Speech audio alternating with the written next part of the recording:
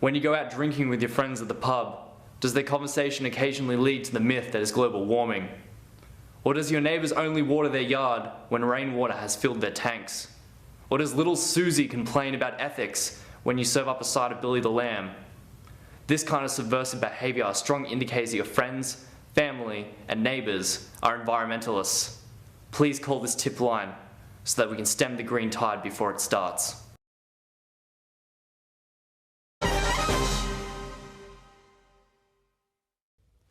Welcome back, folks, to Tomorrow Tonight. Actually, you know what this intro needs? An epic voiceover voice. Really? What? Never mind. Over to you, Josh. Tom? In response to the recent successes of Les Miserables and other historical musicals, the Australian Academy of Dramatic Art has announced their latest musical production. The musical will be based on Australia's own rich history. Adapted from the best-selling autobiography, Ep5, Julia, the musical will focus on Kevin Rudd's triumph over the 12 trials given to him by a burning bush on Mount Kosciuszko. Critics maintained that Mr. Rudd was burning bush while writing the autobiography. After appearing in a fashion show for Valentino earlier this year, fashion icon Derek Zoolander has made another public appearance to open his new charity. The charity is called the Derek Zoolander Centre for those who are really not good looking, but feel like they could improve if they went to the centre and maybe lost some weight. When asked by a reporter why the centre's name was such a mouthful, Zoolander replied, "We're appealing to big kids. They like mouthfuls." Microsoft executives have forced developers of Halo 5 to shoehorn in several new named characters. The executives insist that this will make the game more personable to new players. Tech experts, however, believe that with Project Spartan as Microsoft's new browser and Cortana as their new personal assistant software, Microsoft Research and Development need more Halo names to make their products sound cool. Government officials have announced new changes to Australian immigration policy as part of their plan to repair the deficit. Under the new policy, people who plan to immigrate will have to meet a rather strict set of economic requirements in order to be eligible for a visa. A government spokesperson has defended the new policy against critics, saying, "This government doesn't want to be responsible for passing poor people on to the next generation." After 8-division world champion boxer Manny Pacquiao's loss to Floyd Mayweather earlier this year, he is reportedly set to fight another champion analysts say he is much more likely to defeat. The new champion's name is April Weather. You can't make this stuff up, folks. That's the news for this week. Back to you, Tom. Anyway, on to our next topic of discussion. Christopher Pyne has recently launched an online petition to compel the ABC not to close down a South Australian production house and not to cut jobs. Critics find the petition amusing, given that the federal government cut tens of millions of dollars from the ABC's operating budget. Other politicians have followed suit, using the internet to support their own interesting ideas.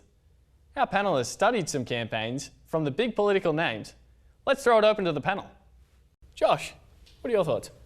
Well, I was looking at Scott Morrison's online petition that's asking to make sure that the immigration workers at the detention centres stop abusing the refugees. I mean, he's quite rightly stated that there's no problems with the immigration policies, there's no problems with detaining everyone, it's just the workers aren't up to scratch and they're not doing their jobs properly, not treating the people with respect. So to stop the problems, we've got to get these workers doing their work properly. Right, do you think that's fair or? Oh yeah, no, I agree totally. I don't see any problems with the immigration policy. I mean, we've got to stop the boats. Interesting take. Kobe? Yeah, actually, I've been looking into Tony Abbott's latest escapade. He has announced that he decided that he needed speaking lessons, much like King George VI. Right. But also, like his daughter, he has decided he doesn't feel like he needs to pay for it. So he's started a Kickstarter campaign so that the public will be paying for his speaking lessons. And do you think it could be beneficial to the public? Well, he has actually stated that if they raise enough money to cover his speaking lessons and to cover their debt, then he'll resign as Prime Minister. So I hear that a lot of people are actually donating huge amounts of money because... Yeah, well, heck, I'd donate money to that, to be honest. I wouldn't. I'd just donate some money to stop him from saying stupid stuff on the world stage. I mean, if we stopped him doing that, then we wouldn't have a show. Oh, that's true. That is a lot of our content, isn't it? Yeah. I like the Liberal Party, so I just... I'm torn. I'm really torn. I just always feel like it's a bit of an underrated skill with politicians these days. You know, having a really well-spoken politician who can, you know, deliver a speech really well. It's really a dying art, isn't it? I mean, the last one must have been Paul Keating, who just said what he thought but did it in a very thesaurus-esque way. Like he had an enormous vocabulary and said what he meant and said it in an interesting fashion. It was also understandable. And Megan, what campaign have you been studying? Well, I've been looking at Jackie Lambie's new blog. Oh, okay. So as you probably know, there's been a bit of awkward press with Jackie Lambie, and people seem to think that she's a bit of a racist. Oh, okay. Yeah, but she's decided to come on with a blog and try and diffuse that opinion. And she's got some great content on there. And do you think it's a good way to go about it?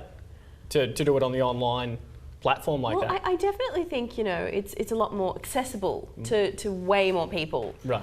But then again, at the same time, that could be a If she bit of an says something issue. silly. I mean, I guess it's okay because it's, when she has problems with her like brain-mouth barrier in interviews and radio and stuff like that, I guess at least there's, you have to click a button before you upload things online. Maybe That's she true. has somebody, a handler to check on her. Well, she could have an editor. That'd probably be good for her. Yeah, I mean that might really. Maybe if she just had a That could team really of work out. people that wrote all of her blog posts for her, Maybe and she had just nothing to do wasn't with in it. politics. Like, Yeah. Well, I don't know if we're in a position to make that call. oh, sorry. But I myself have been studying Bill Shorten's campaign. He's going to start up a book of one-liners. You know Nice. what he's calling it? What? Hey guys, let's shorten this. You see? Oh, dear. That is. Oh dear. I think it could really work out. Yeah, I think whoever came up with that title, that's a brilliant. Oh, I'm sure it was him given his like skill and grace. In Oh, the, of course. Yeah, Oh. totally. Yep. Talking about good speakers, and forgot to mention Shorten. Oh, of course. Yeah, I feel we left him out. I think that's quite fair. He's short and sweet. Yeah. Yes. Oh, Speaking of short awful. and sweet, we should wrap that discussion up right then and there. And if I ever get paid for this gig, I know where some of that money will be going.